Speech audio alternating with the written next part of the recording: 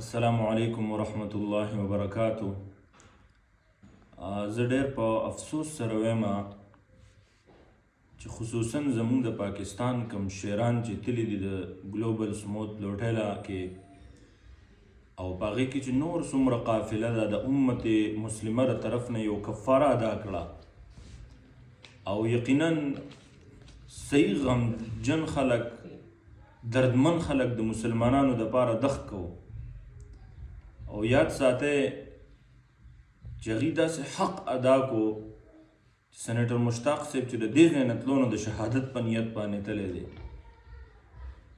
نن افسوس سره زه وایم چې سینیټر مشتاق صاحب هلته هم گرفتار شوی دی نو موږ او تاسو له پکار دی چې هغه دپاره اواز اوچت کو. دغه بدماش اسرائیل قوم چې دی چې د یو ملک هم نه مني خپل بدماشي چلی او په خپل بدماشي سره د امت مسلمه د ختمولو کوشش کی او په خپل بدماشي سره دا کوشش کی چې امت مسلمه به څه حالاتو ته مونږ رسو. یاد ساتئ ګورې که مونږ نه راویښیږو نوجوانانو دا سوشل میډیا د څه دپاره ده دا استعمال کې نن د سینیټر مشتاق صاحب دپاره اواز اوچت کې نن هغه په جیل کې دی د څه دپاره وتی دی. الله جل جلاله به زموږ ستاسو د ټولو نه تپوس کوي چې تاسو څومره حق ادا کو. نه زه دا خبره کومه نه زما د جماعت اسلامي سره تعلق دی نه زما زه د پارټۍ اعتبار سره هېڅ نه وایم.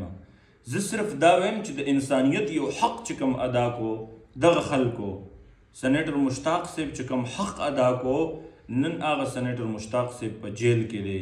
کله به اواز اوچتو کله به یو کیږو کله به متفق کیږو کله به د خپل مسلمانانو رونو دپاره جړیږو.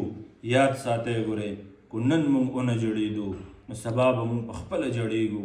یاد ساتئ امت مسلمه ته دا پیغام ورکوم نوجوانانو ته دا پیغام ورکوم چې د ګلوبل سموت لوټیلا دپاره اواز اوچت کړئ چې څومره هغې باندې هغه اسرائیلو دهشتګردي وکړه او دهشتګردانه طور پر هغې گرفتار شو نو موږ پر زور مطالبه کوو چې هرګز دغه بهترین خلکو ته هیڅ قسمه نقصان ونه رسی.